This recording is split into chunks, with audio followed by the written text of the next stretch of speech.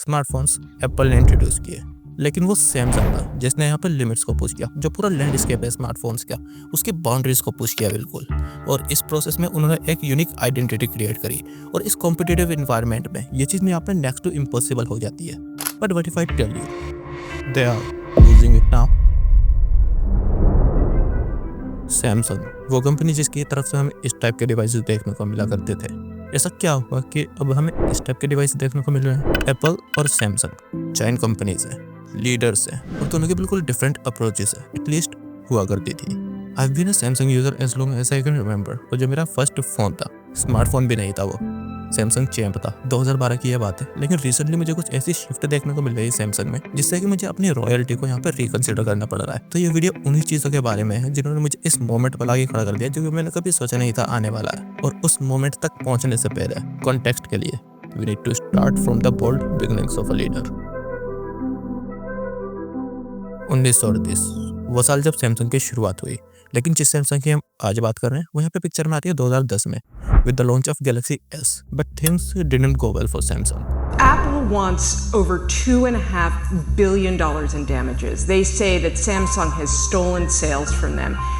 Apple claims Samsung has illegally copied an operating system it says it pioneered in iPhones and iPads. It's seeking $2.5 billion in damages. But this battle has gone all over the world. The EU banned the Galaxy Tab 7.7 in all of Europe. Defying all odds, Samsung यहाँ पे market leader बन जाता है 2012 आने तक और दिखा देता है कि ट्रू डोमिनेंस किसे बोलते हैं। डिजाइन का इस टाइम तक उन्हें इतना अंदाजा हो चुका है कि उनका डिवाइस अब इंस्टेंटली रिकॉग्नाइजेबल है। सैमसंग अपनी यूनिक आइडेंटिटी बना चुका है। और उस पॉइंट के बाद से हमें यहाँ पे बिल्कुल डिफरेंट येट फेमिलियर सैमसंग देखने को मिलता है। एक ऐसी कंपनी जो कि स्मार्टफोन को बिल्कुल उनकी लिमिट्स तक पुश कर देता है, हार्डवेयर से लेकर सॉफ्टवेयर तक। लेकिन उनमें से कुछ चीज़ों को यहाँ पे इंटरनेट पे गेमिंग का टैग दे दिया जाता था। हालांकि कुछ चीज़ें जो सैमसंग ने इंट्रोड्यूस करी वो आज के टाइम पे इंडस्ट्री स्टैंडर्ड्स बन चुके हैं। तो बाय द वे, क्या तो कुछ ऐसी चीज़ों के नाम बता सकता है जो सैमसंग ने इंट्रोड्यूस करी और अब वो इंडस्ट्री स्टैंडर्ड है? Split screen multitasking, popup windows, AMOLED display, punch hole cameras, ये सब चीज़ें यहाँ पे सैमसंग ने इंट्रोड्यूस की है। और इसके साथ ही सैमसंग की आइडेंटिटी का सेकंड फेज स्टार्ट हो जाता है। एक ऐसी कंपनी जो कि कटिंग एज टेक्नोलॉजी को मेन स्ट्रीम डिवाइसेस तक लेके आती है, क्योंकि सैमसंग के डिवाइस अब यहाँ पे मेन स्ट्रीम डिवाइसेस बन चुके हैं। अगर सैमसंग ने इस बंदे को सीरियस लिया होता तो आज की जो स्टोरी है बिल्कुल ही डिफरेंट होती। एंड्रॉइड जो पावर हाउस आज है, उसे वो पावर हाउस बनाने से पहले उसका जो क्रिएटर है एंडी रूबिन, उन्होंने सैमसंग को पहले अप्रोच किया था। सैमसंग के पास चांस था एंड्रॉइड को खरीदने का, गूगल के इन्वॉल्व होने से भी पहले। लेकिन गेस कीजिए कि सैमसंग का रिस्पॉन्स क्या रहा होगा यहाँ पे। उन्होंने रूबिन के विजन का यहाँ मजाक उड़ाया और उसकी ऑफर को रिजेक्ट कर दिया। Can you imagine that? Fast forward, Google की एंट्री होती है, वो एंड्रॉइड को खरीद लेता है and rest is history. But here's the kicker, Android का ओनर ना होने के बाद भी सैमसंग ने इतना मैसिव कंट्रोल गेन कर लिया पूरे ऑपरेटिंग सिस्टम के ऊपर कि अब ये एंड्रॉइड ओएस को अपने विजन के हिसाब से शेप दे पा रहे हैं। गूगल जो फीचर्स डेवलप करता है एंड्रॉइड के लिए, इवन वो भी यहाँ पे सैमसंग के फोन्स में डेब्यू करते हैं। तो सैमसंग ऑलरेडी एक डोमिनेंट फोर्स है टेक इंडस्ट्री में। लेकिन इमेजिन करके देखिए, अगर शुरू से ही सैमसंग ने एंड्रॉइड को खरीद लिया होता तो ये पूरा स्मार्टफोन का इकोसिस्टम है, इस पर सैमसंग की कितनी बड़ी इन्फ्लुएंस होती। एक पॉसिबिलिटी ये भी तो है, क्या पता सैमसंग इसे बर्बाद ही कर देता और फिर एंड्रॉइड की जगह हमारे पास में विंडोज फोन होते। हाँ, ये बात भी है। इसलिए कहा जाता है ये जो पूरा केस है ये सबसे बड़ा व्हाट इफ है टेक हिस्ट्री में।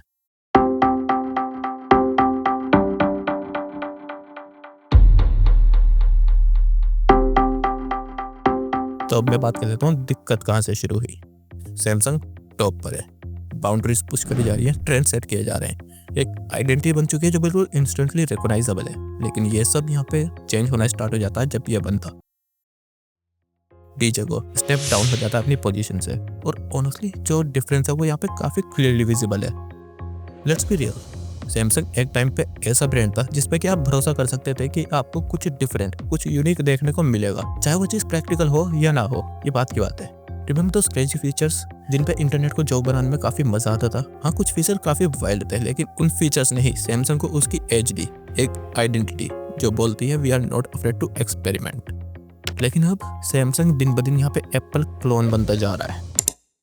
बी स्पेसिफिक, ऐसे कुछ इवेंट्स के बारे में पता है जिसने तुझे फ्रस्ट्रेट करा। हमें यहाँ पे कोई फिलोसोफर लेक्चर्स नहीं चाहिए, क्लियर वर्ड्स में अगर बोलूँ तो जो शिफ्ट थी वो स्टार्ट हुई यहाँ पे S10 के बाद से। S10 जो डिवाइस था वो प्रोबेबली लास्ट डिवाइस था सैमसंग का जिसे हम सैमसंग का सिग्नेचर डिवाइस बोल सकते हैं। I mean take a look what was packed into it. Heart rate scanner, ultrasonic fingerprint scanner, 1440p display, micro SD card slot, headphone jack, I mean you name the feature और S10 में वो available था। It was like Samsung is flexing every muscle they had. लेकिन उसके बाद entry होती है S20 series की।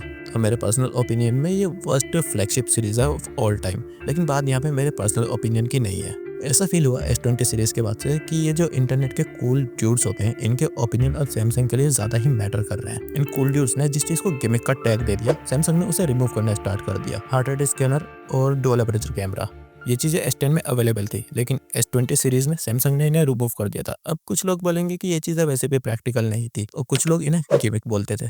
लेकिन दो बातें हैं यहाँ पे। पहली चीज़ तो चलो ये प्रैक्टिकल थी या नहीं थी, लेकिन इस टाइप की चीज़ें ही सैमसंग को स्टैंड आउट करती थी फ्रॉम द क्राउड। और दूसरी चीज़ें ये यहाँ पे कॉस्ट कटिंग की स्टार्टिंग थी। तो ये कहना चाहता है कि कंपनीज यहाँ पे फीचर्स भरे चले जाएं, चाहे फिर उसे लोग यूज़ करें या ना करें। एटलीस्ट एक रीज़न तो दो। अगर किसी ने प्रीमियम अमाउंट पे किया है उसे जस्टिफाई करने का। अगर किसी बंदे ने यहाँ पे प्रीमियम अमाउंट पे किया है उसे माइंड सेटिस्फेक्शन तो मिलनी चाहिए, उसे उसके बदले में कुछ मिला है। एक चीज़ ध्यान रखिएगा, सैमसंग के जो यूज़र्स हैं वो यहाँ पे सैमसंग इस कंपनी के लिए लॉयल नहीं है। इस चीज़ के बारे में 1 मिनट में बात करता हूँ मैं अभी, लेकिन पहले यहाँ पे डिज़ाइन के बारे में बात कर लेते हैं। तो सैमसंग के डिज़ाइन पहले काफ़ी इनोवेटिव और यूनिक हुआ करते थे, लेकिन अब वो यहाँ पे प्लेन, बोरिंग और ऑनेस्टली लेजी हो चुके हैं। मतलब जो चीज़ें सैमसंग को पहले डिस्टिंक्ट बनाती थी 1 बाय 1 वही खत्म होती जा रही है उसमें से। और डिज़ाइन के बारे में वर्स्ट पार्ट पता है क्या है? डिज़ाइन को सैमसंग ने यूनिफाई करना स्टार्ट कर दिया। मतलब अब उसके फ्लैगशिप डिवाइसेस से लेके बजट डिवाइसेस तक दूर से एक जैसे ही लगते हैं। मतलब अगर किसी बंदे ने यहाँ पे लाख रुपए के करीब खर्च किया फ्लैगशिप डिवाइस पे, दूर से उसका डिवाइस एक 15 से 20 हज़ार जैसे डिवाइस के जैसे ही लगेगा। और आपको तो पता ही है इंडिया में शो ऑफ का क्या सीन है। और फिर कॉस्ट कटिंग्स हमें देखने को मिलने लगी सैमसंग की तरफ से, जो कि काफ़ी अनयूजुअल है सैमसंग के लिए। पहले सैमसंग के डिवाइस में आपको 1440p डिस्प्ले देखने को मिलती थी, लेकिन अब फ्लैगशिप सीरीज के जो बेस्ट मॉडल्स होते हैं उनमें 1080p डिस्प्ले ही आती है। और मुझे ये चीज़ फ्रस्ट्रेट इसलिए करती है क्योंकि सैमसंग यहाँ पे ट्रू कॉम्पिटिटर हुआ करता था एप्पल का। काफ़ी पुश किया है सैमसंग ने एप्पल को इनोवेट करने के लिए, लेकिन अब जो सैमसंग के प्रोडक्ट्स हैं वो यहाँ पे एप्पल के प्रोडक्ट्स का नॉक ऑफ लगते हैं, क्लोन लगते हैं। और ये चीज़ कहीं ना कहीं एप्पल को इनडायरेक्टली प्रमोट करती है। It's like Samsung has gone from pushing boundaries to chasing trends, transition from a leader to a follower.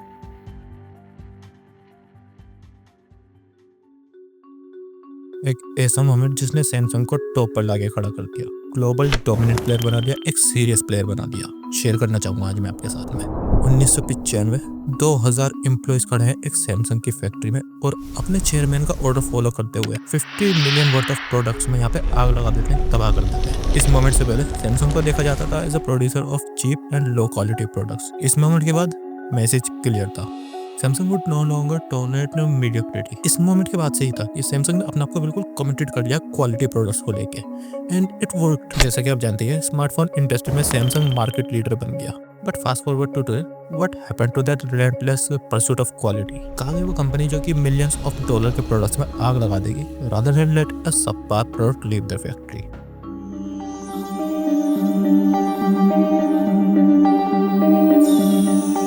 Strangely, Samsung users didn't have any positive or negative responses when good or bad news was released about their brand. The only evidence that Samsung users showed was reverse empathy for Apple news, meaning if the Apple headline was negative, their brain reflected a positive response.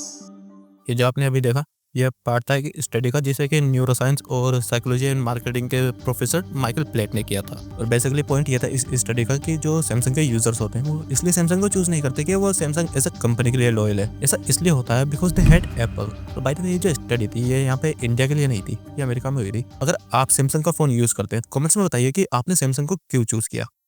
और by the way अगर आप comments तक पहुंच गए तो subscribe भी कर देना to be the leader of your future YouTube sessions. Okay, अच्छा पॉइंट है, लेकिन ये इस वीडियो से कैसे रिलेवेंट हुआ? 1 मिनट दीजिए, सब समझ आ जाएगा। सैमसंग बेसिकली इकलौता कॉम्पिटिटर था एप्पल का जिसने की चीज़ें अलग तरीके से करी। ये उनका सीक्रेट वेपन था and they are throwing it away. Apple यहाँ पे बिल्कुल डिफरेंट यूनिवर्स में ऑपरेट करता है। उनका लॉयल कस्टमर बेस, उनकी मार्केटिंग, उनका जो पूरा इकोसिस्टम है बिल्कुल डिफरेंट गेम है। और मैं यहाँ पे पूरे दिन बात कर सकता हूँ कि हाउ एप्पल ऑपरेट्स डिफरेंटली, लेकिन ये टॉपिक किसी और दिन के लिए है। अभी जो इशू है वो ये है, I don't want to companies using the same playbook, I want choice. Samsung का अपना फ्लेवर है और उसी फ्लेवर के लिए मैं सैमसंग को चूज करता हूँ। और for Apple I respect them what they are, लेकिन अगर सैमसंग यही एप्पल के अंदर घुसता रहेगा तो क्या होगा? Will lose choice. Honestly Samsung की एज सिर्फ ये नहीं है कि वो कटिंग एज टेक को मेन स्ट्रीम फोन में लेके आते हैं। एक एडवांटेज सैमसंग के पास ये भी है कि उसे एक ऑल्टरनेट ब्रांड की तरह देखा जाता है, क्योंकि सैमसंग ही है जिसने एप्पल की लीड को फॉलो करने से यहाँ पे रिफ्यूज कर दिया था। लेकिन सैमसंग अब इसी चीज को यहाँ पे खत्म करता जा रहा है और इस पूरी प्रोसेस में वो अपना सबसे वैल्यूएबल एसेट को यहाँ पे लूज कर रहे हैं, आइडेंटिटी। ऐसा लग रहा है कि जो सैमसंग के टॉप एग्जीक्यूटिव्स है वो ऐसा सोचने लग गए कि अगर हमें मेन स्ट्रीम सक्सेस चाहिए without burning the cash on R&D, let's copy what's already work, means Apple को कॉपी करना। और अगर वो ऐसा सोचते हैं तो बिल्कुल गलत है। और एग्जांपल ले लीजिए आप गूगल का जो डिजाइन है वो यहाँ पे किसी से भी इंस्पायर्ड नहीं लगता। और रिसेंटली आपने देखा ये गूगल के फोन यहाँ पे कितना अच्छा परफॉर्म कर रहे हैं और ये चीज वो अपने तरीके से कर रहे हैं, अपनी एक अलग पर्सनैलिटी बना रहे हैं। एप्पल भी अब उनसे इंस्पायर होता नजर आ रहा है। Or it can tell you what your customers want as an incremental improvement on what you have. But very rarely can your customers predict something that they don't even quite know they want yet. ऐसा लग रहा है कि internet के in cool dudes के opinions को Samsung अब कुछ ज्यादा ही अटेंशन देने लग गया है।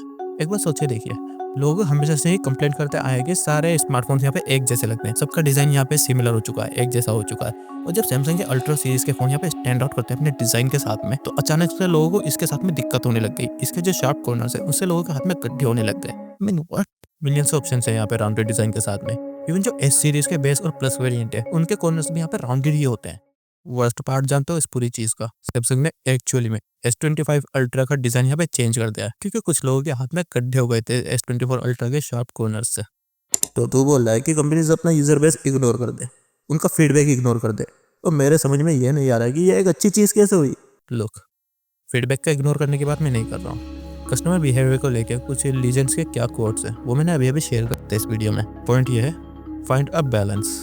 You can't please everyone by giving them exactly what they ask. मैं भी यहाँ पे बिजनेसेस रन करता हूँ, मैंने भी यहाँ पे पूरे दिन कस्टमर से डायरेक्ट इंटरेक्शन की है और मैं जानता हूँ इस चीज़ में कितनी सच्चाई है। और ज़्यादा क्लैरिफिकेशन के लिए आप एप्पल का एग्जांपल ले लीजिए ना।